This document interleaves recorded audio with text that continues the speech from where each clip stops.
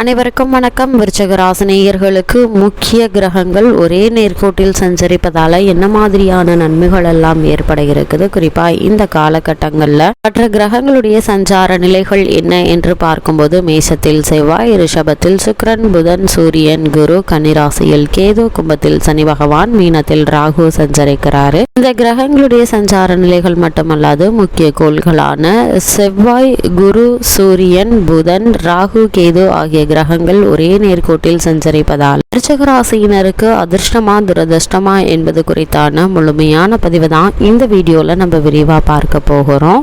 ஒவ்வொரு மனிதருக்கும் ஒவ்வொரு குணம் இருப்பது போல ஒவ்வொரு கிரகங்களுக்கும் ஒவ்வொரு குணம் மற்றும் தன்மை இருக்கு. நமக்கென்று சில குறிப்பிட்ட குணங்கள் இருந்தாலும் நாம் எப்பொழுது ஒரே மாதிரி நடந்து கொள்வதில்லை.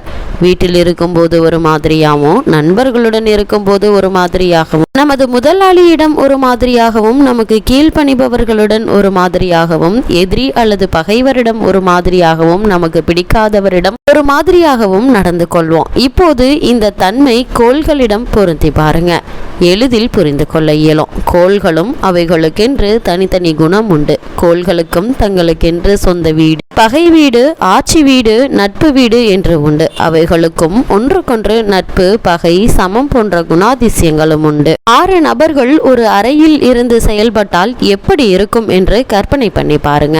உங்களுடைய அறையில் உங்களுக்கு பிடித்த நண்பர்கள், உங்களோடு சமமாக பழகுபவர்கள், உங்களுக்கு பிடிக்காத எதிரிகள் கலந்து இருக்கும் போது உங்களுக்கென்று தனிப்பட்ட குணம் இருந்தாலும் சூழ்நிலைக்கேற்ப மாறுபடுவது போல கிரகங்களும் சூழ்நிலைகளுக்கு ஏற்ப உடன் இருக்கும் மற்ற கிரகங்கள் இருக்கும் வீடு போன்றவை அனுசரித்து பலன்களை அளிக்கும்.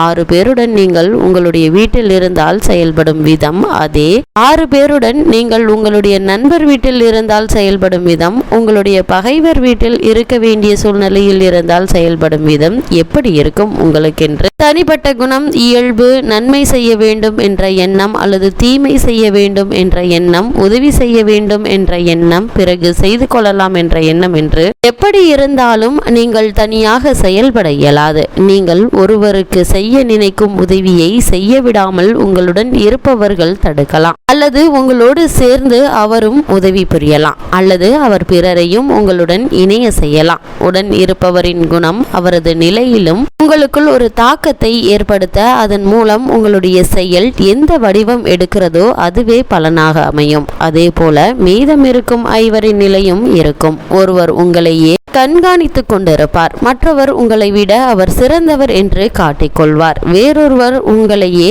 அவரை பொறுத்தவரை உயர்ந்த நபராக நினைப்பார். அதுபோல ஒரு வீட்டில் 6 கிரகங்கள் இருக்கும் போது அவைகளுடைய கதிர்கள் ஒன்றோடு ஒன்று இணையலாம், மோதலாம், விலகலாம். மேலும் அவை இருக்கும் வீட்டினை பொறுத்து தங்களுடைய குணாதிசயங்களையும் வெளிப்படுத்தலாம். ஒவ்வொரு கோளும் தங்களுடைய குணத்திற்கு ஏற்ப சுயமாக செயல்பட இயலாது. கோள்களுக்குள் யுத்தம் நேரலாம். வலுவான கிரகம் மற்ற கிரகங்கள் தன் இஷ்டம் போல செயல்பட வைக்கலாம். வலு குறைந்தால் அடங்கி செயல்படலாம். கோள்கள் தங்களுடைய திருஷ்டிகளை பிற கோள்கள் மீது செலுத்தலாம். வேறொரு கோள் கண்டு கொள்ளாமல் இருக்கலாம். இப்படிப்பட்ட 6 கோள்கள் ஒரே நேர்கோட்டில் வலம் வருது. வானில் வர்ணஜாலமாக ஒரே நேர்கோட்டில் 6 கோள்கள் வரும் அதிசய நிகழ்வு ஜூன் 3ஆம் தேதி நிகழ்கிறது. சூரிய குடும்பத்தில் உள்ள ஒவ்வொரு கோள்களும் சூரியனை சுற்றி வருது.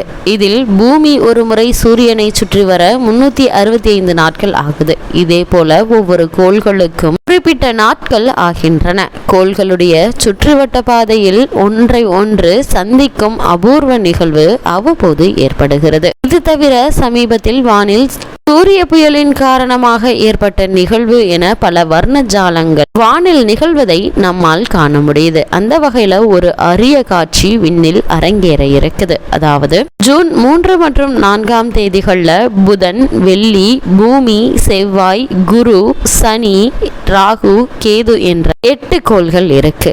இவை ஒவ்வொன்றுமே அதற்குரிய கோணத்தில் சூரியனை நீள்வட்ட பாதையில சுற்றி வருது. வரும் ஜூன் 3ஆம் தேதி கிழக்கு திசையில சூரிய உதயத்திற்கு 1 மணி நேரத்திற்கு முன்பாக அடிவானில் வியாழன், அதாவது குரு, புதன், ராகு, செவ்வாய், நெப்டியூன், சனி என்ற வரிசையில் 6 கோள்கள் ஒரே நேர்கோட்டில் வருவதை பூமியிலிருந்து பார்க்கலாம்.